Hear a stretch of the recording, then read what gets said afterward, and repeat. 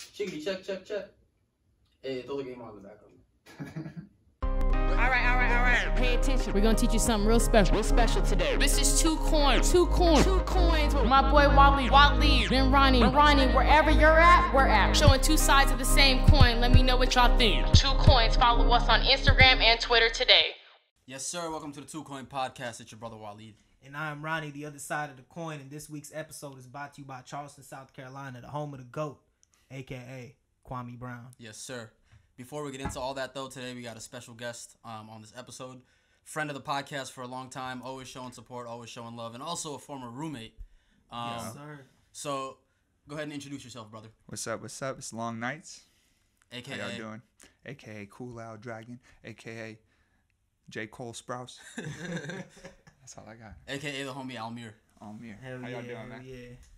It's good to be here. Good to be back. Hey, bro, we wanted you on the San podcast. Jose. We wanted you on the podcast for the longest time, bro. For the minute, bro. I feel like we have it was lagging, timing, all that. I think this is like, what, 2 years in the making? Yeah. has to be. Well, COVID hit too, and then I was like, We can take a year. Yeah, so 2 years in the making. Yeah. COVID 2 just like years for doesn't sure. count when you're talking about like any sort of I know frame. every timeline got thrown off so bad. It's like, But then COVID happened, and but no, this is dope. but yeah, we're I love finally what you making guys it do. happen. I'll be bro. watching. Nah, I For appreciate sure, it. we man. appreciate that, bro. But before we get into all the topics that we were gonna get into your personal life and details, Yeah, we gotta talk about going back to Charleston, South Carolina. We gotta talk about Kwame. the GOAT. So I mean, as you know, and Ronnie knows, and everybody else knows, this fool has been just wilding the fuck out on IG Live and just releasing videos attacking everybody. So I don't know, give me your thoughts, man. I think it's long overdue, man. I feel like he's been getting picked on for so long. Bro, It's this about man's been time. taking shots his whole career. For real. And the thing is, people forget, this dude really was in the league for 12 years. Like, to be a bum. Wait, did he had a 12-year career? Yeah, bro. He bounced around a lot, but yeah. But okay, he was on the Lakers and what else? I mean, bro, I'd have to We pull that started list on the out. Wizards, yeah. But he was on like a number of teams, right? At least 6 or 7 teams. Because he was on the Warriors, he was on the Sixers, he was on obviously the Lakers, Wizards. And, brother, yeah, there's 2 more teams on that. Okay, at least then 3. if he was in the league for 12, 13 years, that means he was at least a serviceable backup center, right? Yeah. And Yeah, he's the to only be one with- on that level that gets clowned the way he does. I mean, I think it's just, we all know it's because of that #1 draft pick status. Yeah. Yeah, but I mean, that's not something he controls. To be a bust, though, with no, like, injury to fall back on is an excuse to kind of just not perform Greg up to Oden. level, yeah. Well, I mean, it doesn't have to be physical, mental and emotional. That's you true. know. It's fucking Michael MJ. Jordan injured him. Not just Michael Jordan and Kobe, bro. He was playing with Kobe Back in his to back. prime. Yeah. Because Yeah. Kobe in his prime was like 04 through 07, where like his teams weren't really winning that much, and he was just putting up like 35 points a game. Bro, he went to Kobe at the worst time possible. Yeah, like the Kobe most was just frustrated not- version of Yeah, Kobe I know. He needed to was show up. Kwame was setting screens for that nigga. Bruh, man. This dude really, he was like, who you think got him those 81 points? It's like, all right, chill, bro. he's like- I feel you. I don't know if to it was you, but... a 1 degree percentage. But It's funny because he was adamant about that. He's like, if I wasn't setting those screens, if I wasn't playing center for the Lakers, Kobe would not have scored 81 points. It's like, Kwame, you were a good screen setter, but relax, bro. like, I don't know about all that. Hey, out of this whole little episode, what was y'all like favorite part? Like, you know what I mean? The one person he roasted. Was it just Stephen A. Easy. Stephen A. deserved it, bro. What did he say? He's like, I'll slap the shit out of you. He said, I'll slap you so hard in the back of the head, it'll look like you got a toupee on. Nah, he was like, we can meet up in Seattle where we can have mutual combat. It's like he knows the law just off dome that you can fight in Seattle without getting arrested or whatever. And he's like, he called it mutual. We can engage in mutual combat. This motherfucker's different, bro. Like you said, the fact that you already know which laws is cool in. That's why y'all saw that Gil wasn't even saying nothing. Gilbert Arenas was just like, bro, I've seen what this man can do. Like, So I know him. How long did they play together? We'll leave him alone. think like Gilbert 2 Arenas years. talked hella shit, though. He just wasn't saying anything after the... no, yeah, I'm saying after the response. But it's like, Gilbert Arenas talk shit about everybody. Everybody, bro. That's I true. mean, that's why old boy was like, bro, you just a big ass kid. Like, you know what I mean? Gilbert Arenas is a clown, bro. Nah, he is, bro. But But yeah. you gotta think, playing against Gil or against him, and this motherfucker just hella talking shit, just not playing the conventional way of basketball, and then still hits the game winner on you while dropping 40. That shit must be even more frustrating, And then he bro. bring a gun to the locker room. I was looking at all his stats the other day. He only had like 2 solid-ass seasons where he wasn't hurt. And it's crazy how much we That's remember wild. him off just 2. He was arguably It was like 30 point per game When season. he was like, But fully- still, going stupid. nah, that's still wild though. When he was fully healthy and producing at his best, he was arguably the best point guard in the league. arguably. Arguably. yeah, we'd have to look back. But yeah, no, as far as Kwame goes, bro, I think it's he might be overreacting with some like bringing family and stuff like that into it. That's always a stretch, but at the same time, bro.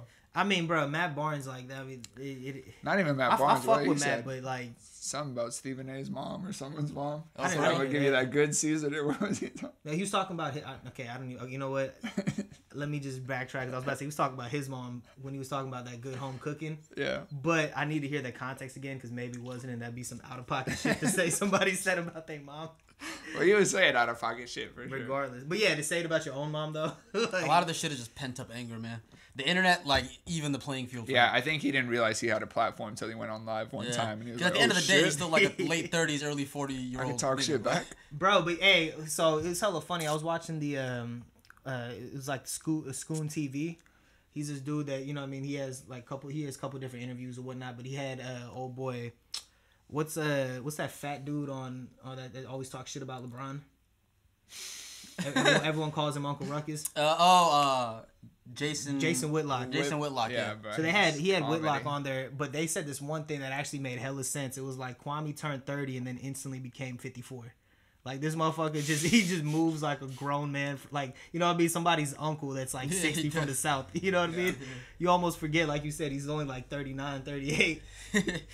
But hey, peace and love to Kwame Brown, bro. Hell yeah, man. Get yours. I'm buying a Kwame jersey if this continues. I hope he gets some money off this, bro. You think they'll restock him? The Kwame jerseys off this. I don't think the NBA's fucking with. I don't think the NBA would, but somebody's gonna start reselling their. Just on NBA don't want. They'll start popping up on eBay. They need to give him his own show. Man, Adam Silver don't want nothing to do with him at all, man. But hey, now that we got that out of the way, Kwame Brown, we can So I mean, like a lot of the people that listen to our podcast know who you are, but for those that don't, Almir does make music. You go by Long Nights as an artist, right? Yeah. So, I mean, kind of explain how you got into music, you know, what your musical style consists of, and, you know, basically your background into this. Yeah, damn, that's a long story. But as far as first getting into music, I think when I moved out here, I moved straight to Oakland, California, and that was this was early 2000s. We moved out here in like 2001. From where? From Bosnia at that time. But yeah, so getting into Oakland early 2001, I grew up into the hyphy movement, and so like music was just such a big part of the community already, and that's kind of like, and I didn't know much about like, there was some separation from my own like tradition. Like I did the stuff my parents would like celebrate and listen to Bosnian music and stuff like that. You grew up in the heart of the hyphy exactly. movement, I grew up in a whole different place where something else was just, I spoke English, so I like that music resonated more, and so. So did you come to the States already knowing English or no? Absolutely. I was 4 years old when we got out here, so I didn't know nothing.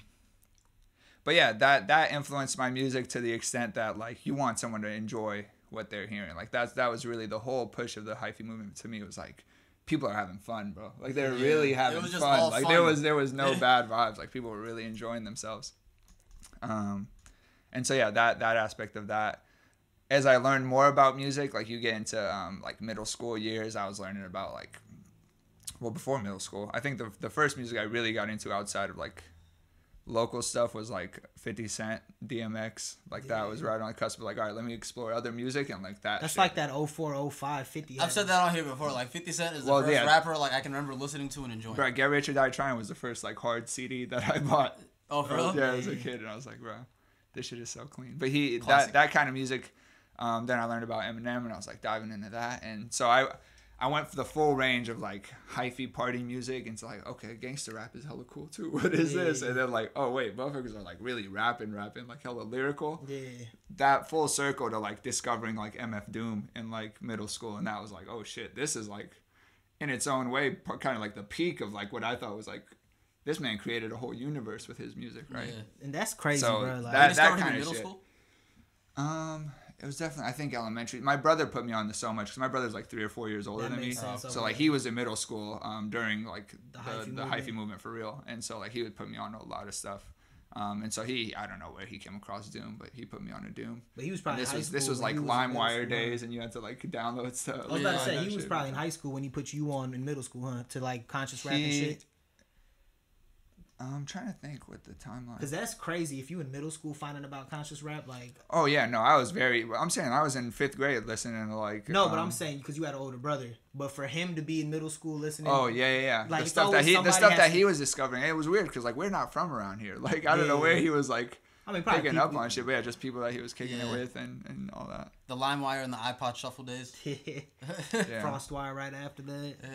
That's like the whole fucking, what do you call it, torrent era, where you was just getting hella stuff. Bro, it used to be a whole hobby just sitting in front of your computer and like doing the LimeWire downloads. Organizing your shit. Yeah, putting that shit onto iTunes and then downloading it. Like, but now I wanted to go back to what you said. You moved here is in Oakland from Bosnia when you were like, what, 4 or 5 years old? Yeah, I was like 4. I was born in 1995. So talk a little bit about like your Bosnian background and kind of how that, like, if it does like influence you until today, and if you remember anything like from Bosnia when you were like younger, like 4 or 5. Well, I've been back like 4. So basically, we came over here late '99, I think. From '91 to '95, there was a civil war going on in Bosnia, and that was a war that my dad like fought in. My mom like escaped to Switzerland during that time. That was like with the my big brother. War. Yeah. Well, I think Yugoslavia was breaking up already at this point, and it was like now it's down in Bosnia, and like there's 3. I could dive into the whole. I'm not no expert on it, so like I talk about it as much as I can, but I would always urge people to like learn about the actual situation and how it went down. But big picture, there's 3 ethnic groups in Bosnia, and they were the Catholics and the Christians and the Muslims didn't like each other, and there's like fights over territory and things like that. That turned into like a case of ethnic cleansing throughout Bosnia, trying to get rid of the Muslims. That's why my mom and like family had to like try and escape. So yeah, my mom in 99 or 95, 90, 94, something like that, took my brother, dipped to Switzerland. My dad stayed in the war. I ended up being born in Switzerland. The war ends. And then we start filing. Basically, we had nowhere left to go. Like, there was no homes left to like go back to. So they started filing for like refugee status or whatever it is. I don't know the proper terms. Yeah. It's asylum. Asylum, yeah, because I don't think they were officially. Well, we weren't officially refugees, but like asylum essentially, and like. Yeah. And that's like a long ass process. They put you through hella interviews. My parents tell me about it though. You got to get here first, and then like they put you through interviews to get like your green card. Getting your green card is a process, and then after you get your green card, it's like hella years before you can get like naturalized as a citizen. Yeah, and so all that basically boils up to like around. You talking about naturalized citizen? Yeah. If you file for asylum, it'll just elongate the process like hella. Yeah, so all that boils down to like around 99, late 99. We got out here, and we went straight to Oakland. Because we had family. My dad had gotten his brothers out of the war already, and like his older brother moved over here with his family. His younger brother moved over here with his family, and my dad's mom. And so we were the last ones finally like, all right, we're gonna go there. We already have family situated in Oakland, and yeah, that's how we ended up out here. Nice. So when you first came out here, did you live in Oakland or in Alameda? Oakland. Okay.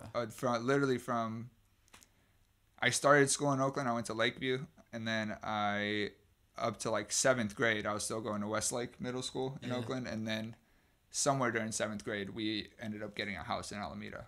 Okay. And so that's crazy because I actually moved to the States when I was 5 years old too. It was in 2000, and like apparently I didn't know any English. Like I came here like I was speaking Arabic and I was like fully speaking and everything. But like by the time they enrolled me in school, I didn't know English. It's like for the life of me, I can't remember ever in my life not knowing English. Yeah. Like I can't remember a time in my life where I learned it and processed it. That's hella funny. I literally have I have a memory of the first day of kindergarten when my mom just dropped me off at school, and I was like, "What am I supposed to do?" And I didn't know what anyone was saying, and I'm just sitting there, I started crying. I'm pretty sure, and then the principal turned out to be like a Bosnian or Croatian dude or something, and he comes into class eventually. And he's like, come with me. And he takes me and these 2 other Bosnian girls. And they just take us to an English learning class. And that's all I did all throughout, like, kindergarten. Like the ELS, all in kindergarten was just me learning English. And I was like, but I really don't remember what it was like. I don't remember either, man. But I remember it was a scary-ass feeling to just be dropped into a place where everyone's saying some shit. You're, like, lost. You're like, different. I don't know. I know my brother had, like, been going to school. But, like, I always stay home. Like, it was a whole year that we lived here that I hadn't started school yet. So. Got you. Yeah, crazy. So I remember you were telling me like there's a huge Bosnian community out there in like Oakland, Alameda. What do you think like brought them over? I think it's the Bay Area in general. Oakland, Alameda, San Jose, they're all over the place. I think it's a matter of where the other places that there's a lot of Bosnians at is Chicago, St. Louis, And if you look at this is like very unofficial research, but these were some of the most dangerous cities in the States during the early 2000s. Yeah. And it seems like when they were accepting refugees and like anyone seeking asylum, they would just put them in the cheapest communities they could find. Damn, like it makes sense. They were just putting them in any cheap community they could find. Yeah, because Oakland back in that time frame was a lot more. Yeah, and St. Louis like has a whole Bosnia town. Like most Bosnians I think are in St. Louis. Yeah. I haven't been out there, but my dad went out there once. St. Louis is crazy out there. Yeah. But yeah, I think that's why we ended up all around the Bay Area, because it wasn't as expensive back then, and there was like cheap poor neighborhoods, I guess. I don't know. I'd have to do the research. How would you say like that type of background influences you as like an artist, if it does at all? I think the whole that background specifically, there's certain like motifs in my music and things I'll explore that like it's just stuff I think about, like, bro, the fact that I'm here. Yeah. Like what my mom and my dad off bat just gives you a exactly bigger worldview. What my mom and my dad went through just for me to be here, that already is like a whole different that's like one. Imagine like a lot of people can like float around kind of like doing their thing and not really think about the origins of their life or why they're here or what a purpose is for any of that.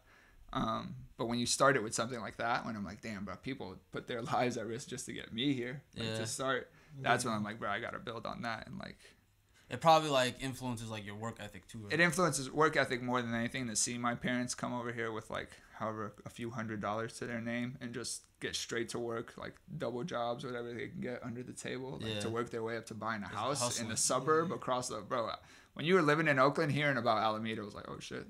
That's like it's like one big gated community, it's bro. Like a whole different like world. So to move over here in like middle school, I was sad to like leave Oakland, because Oakland has so much like culture, and like being from Oakland is just hella fun. Yeah. But as soon as I got to Alameda, I was like, bro, this just feels so much safer and nicer. And I'm like, fuck it, I'm not upset, bro. Yeah. I can't be upset at that. That's a blessing. Hey Ronnie, what's the one question we always ask any artist that comes up here? Hey man, so if you was stuck on an island by yourself, you know, or with a couple people, okay, you got 3 foods you could choose from.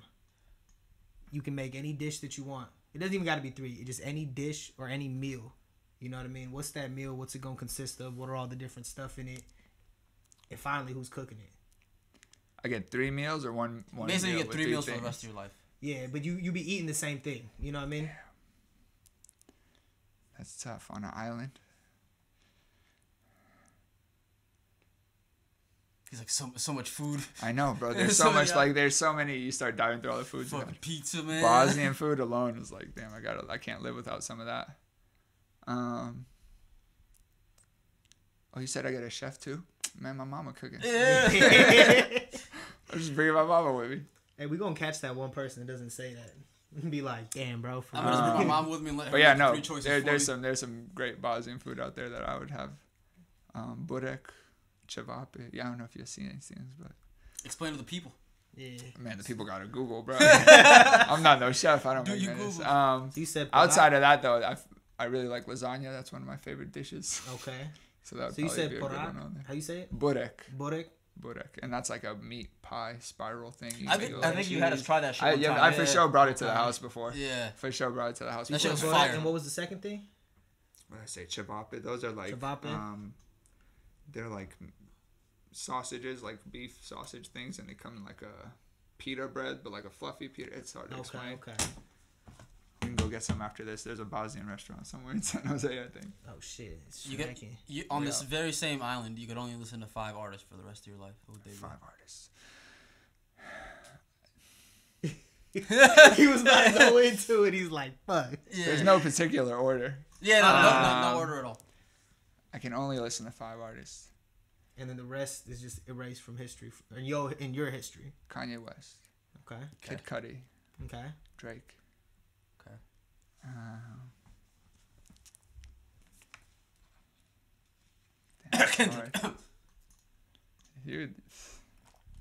This is all personal. We're gonna start a dialogue. We can start a dialogue. We're gonna start a dialogue. Kanye, Cudi. Hold on. I'm trying to. Drake. Every time someone asks you these questions is when you forget who your favorite artists are. Yeah. Kanye, Cudi, Drake make some of the coolest music. Come on, man. No heard. Pac, Biggie, KRS-One. Well, you said, but I can only listen. I take things into consideration, like how much music do I get out of this one artist? Hey, like man, as much music. I gotta have a long career for me to be. If I would just listen to your stuff only, you can't just have one or two. Just have one or two albums. Cole, I'm debating Cole. I'm just trying to think. You gotta switch up the genre too. You gotta think about that. You know. That's true, because we talking about just artists. Yeah. No. What if I want to get soulful? I mean, you pick 3 people that actually explore, like, does good Drake, with other genres. Cudi, Kanye West, The Weeknd. Okay. What if I'm smashing the Island Girls' cheeks to smithereens, man? I need that Weeknd on me. Yeah. The Weeknd is probably, yeah. He makes some of the coolest music I've ever heard. Too. And he has a catalog, bro. That 6th spot is hard now, because that 6th spot is like, or 5th spot, yeah. And now you gotta start thinking about everybody you forgot that you'll never listen to ever again in your life. The recency bias makes me want to say Cole, like just off that alone. Just because I just heard a fire ass album. I'm like, damn, I gotta drop that. That album is very fucking good. Hell yeah. Yeah, it's hard. Because that's different from, like, I've heard the question phrases like, what are your top albums too? Because now all of a sudden, all of a sudden it changes. Like, you have an answer ready for that? No, top albums I would listen to on that that's island. Tough. Albums are like tough, man. Because that goes back to them. I only get this one album for the rest of my life. Yeah, not even the same artist. Yeah. But then shit might be cool for the first 10 things like years. longevity, I'm not considered. Like, I won't consider how many albums you had. I'm just thinking about per album. Yeah. We can come back to that 5th spot. Yeah. We'll let you think on it. Yeah. But just in that same vein, though, since we are talking about, like, other artists, like, what were some of your biggest influences growing up that you, like, or, like, that and some influences that you incorporate into your music today? First of all, I put Doom in that 5th spot. I don't even know why that took me so long. Okay. But as far as catalog goes, yeah. What was the question just now? So basically, what are your influences artistically and musically? Probably those same guys mainly. Lupe Fiasco did something that was like crazy impressive to me when I was a kid. Like the fact that Lupe was able to mix Lupe in 06, 07, Islam bro. and music. That was his lane. Like it was so cool while also like doing the lyrical shit that I was talking about. He was merging worlds that like I hadn't seen like fused like that together before. Like he was hella smart, but like also like hella relaxed and hella cool. He definitely had his moment for like a couple years. You know what I mean? Yeah, I was fucking with Lupe heavy. Shit. I like that you said that, the fusing like Islam, because like even like the album cover to the Cool, that's one of the best album covers I've ever seen still. Yeah, no, that shit is deep. A lot of his music is a lot. Some of the stuff that I think on a lot. When I never knew that. Yeah, because it says the Cool, like you can make it out, but it's like it resembles like Arabic scripture. No, I'm saying I never knew that he mixed.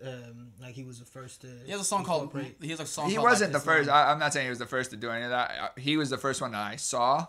That I was like, oh, it's openly. Like you're openly being Muslim in like the mainstream media. Yeah. After 9/11, that was not a thing for a long time. Yeah. That I had seen at least. And then 2, you're like the message is there, but like you're not. It's not corny. He wasn't corny. So was it like a whole album about? No. Just it was his whole. I heard Muhammad Walks. That was his remix to Jesus Walks. That was one of the main ones. And then throughout all his other music, it's a motif that he talks about for sure. Damn, I never knew that. That's crazy. Yeah. He always like slips it in subtly. So obviously he's always been a practicing Muslim. Yeah, I believe so. Yeah. But would you say like his musical style is like reflected in what you try to put out to the people? No, as far as style goes, that's where like sonically, bro, the shit specifically Cudi, Drake, and Kanye do. Mm-hmm. That sonic style, like that shit is the coolest shit in the world to me. Like it sounds so cool to me. And so that's really music has always been that simple. And for me, it's like, what do I want to hear? Like, what do I like hearing? And like I'll throw in my own version of like I like to rap too. Like I want to be able to rap along my own shit and like catch bars. Like I listen back to my old stuff and I'm like, damn, I catch a bar. I'm like, I'm glad I spit something like that instead of just making it like focusing on the party aspect or the how it's received or anything like that. So yeah, there's a healthy mix. I'm still just explore. Like it's hella fun to explore and like see what works together and things like that. What do you think? So what's the most important aspect of music, like for you specifically? Like some people have like the lyrics, the bars, the punchlines, the production, the hook, whether or not it's like a vibe. You know what I mean?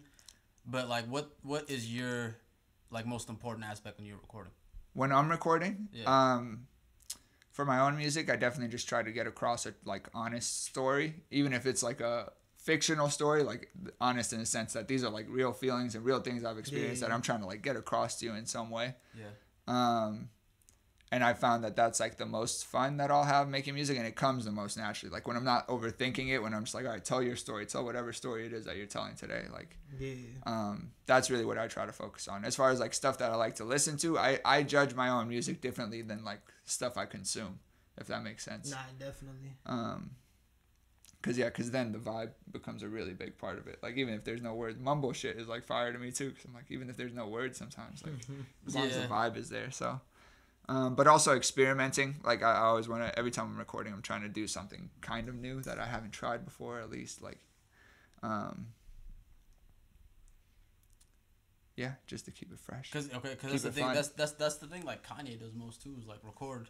I mean, like be the first to, you know, record a different type of style of music that everybody else eventually follows like 2 or 3 years later. Yeah. Like just be a pioneer, like experimenting with shit. I think that's important, and I don't think a lot of people like stick to that. That's huge, and we've been able to see it too. It's really crazy to like wait long enough that like we see what Yeezus is now. Yeah. Whereas I really very vividly remember what Yeezus was when it came out. When it came out, it was not getting love, bro. Yeah. It was not getting the love that it gets now. And I was just even sonically like.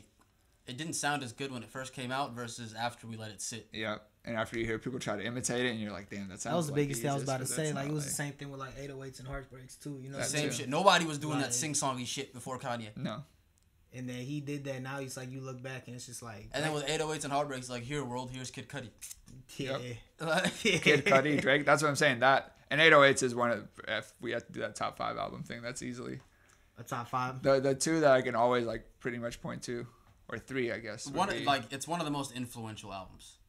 Facts, easily, especially production with like, how music in terms is of now. how it just influenced like hip hop in general. Yeah. And like the type of music people put out. Like before that, like that type of vibe was not being.